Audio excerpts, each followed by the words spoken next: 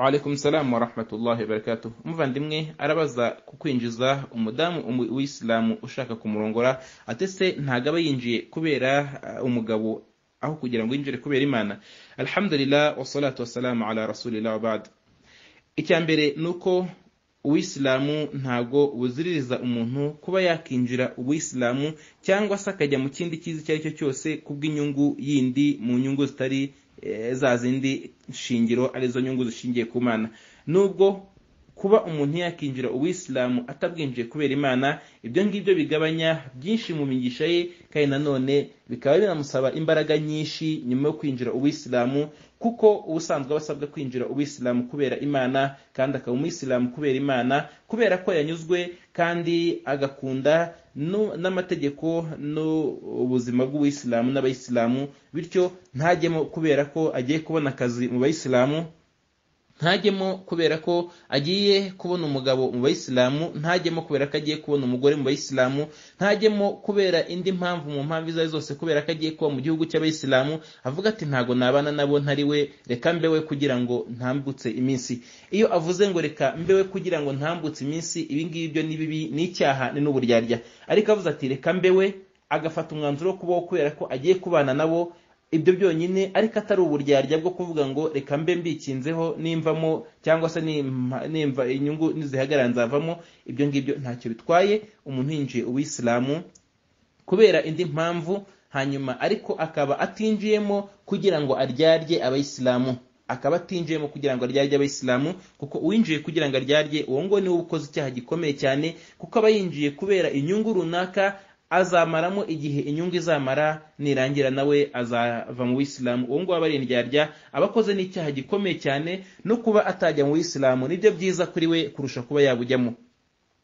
Hanyuma uwinjiye Uislamu kubera inyungu nk'uko twabivuze ntacyo bitwaye, ariko igisabwa n'ikirebwa ni igihagararo cye nyuma yo kugera mu Uislamu. Iyo amajije kubugeramo akabukomeramo akabubamo Umuislamu mwiza, uyu nguyu aba ari Umuislamu nk'abandi, nta n'ikibazo na kimwe aba afite, kandi biranemewe. Nta n'icyo bitwaye kuba umuntu wabona ko afite ikibazo ariko ukabona ko kuba wamufasha byatuma aba Umuislamu mu kibazo cye, icyo gihe biremewe kumufasha kugira ngo ufungure umutima we mu Uislamu bwe, cyangwa se mu gutera intambwe kwe, kubera ko hari benshi bifuza icyiza ariko gutera intambwe bikaba byarabananiye, ariko kubw'inyungu runaka ashobora gutera iyo ntambwe kandi yahagera agashikama. Hanyuma kuri kino kibazo, inama natanga nuko Umuislamu, umusore wa Kiislamu cyangwa se inkumi ya Kiislamu, uramenye wireba ibindi bitari Uislamu, ngo urebe ibindi bitari umuco w'idini, ngo urebe imitungo cyangwa ubwiza cyangwa amarangamutima cyangwa se n'ibindi bitandukanye abantu basigaye bareba muri kino gihe, ngo wumve ko uyu muntu ugiye kumugira Umuislamu kugira ngo ubashe kubona za nyungu ze yari afite, kubera ko igerageza no ubunararibonye bugaragaza ibyago n'ibibazo byinshi cyane bikomeye bituruka kuri babandi binjizwa mu Uislamu kubera iyo nyungu gusa yo kurongorwa cyangwa se kurongora cyangwa se akazi n'ibindi, hanyuma nyuma yaho ngaho hagira ikibazo kivuka, ugasanga ingaruka ibaye nini cyane kurushaho.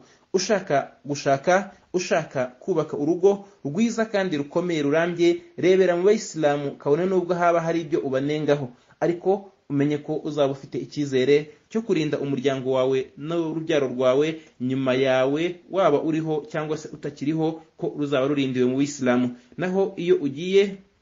kurongora uwo uzanye mu Uislamu kubera amarangamutima yabayeho cyangwa se urukundo rwazamutse, ntiwamenya bijyanye n'imyumvire n'imiterere n'imico iriho muri kino gihe, niba mugenzi wawe aje koko nk'Umuislamu cyangwa se aje kureba umugabo gusa, umugabo yazagenda akagendana nawe, cyangwa se urukundo rwazagenda akagendana narwo, cyangwa se umutungo wazagenda akagendana nawo. Bityo musore wa Kiislamu, nkumi ya Kiislamu, reba Umuislamu mbere ya buri cyari cyo cyose, wibeshwa no kuvuga ngo iyo yinjiye idini biba bihagije. Ntago ibyo bihagije, kubera ko ukeneye byinshi cyane n'imbaraga nyinshi, kandi utizeye ko uzabona kugira ngo ubashe gutunganya urugo rwawe. Nyamara urongoye Umuislamu cyangwa se ukarongorwa n'Umuislamu, ahangaha waba ufite icyizere n'umutekano wo guhagarara ku idini yawe, kandi ibindi byose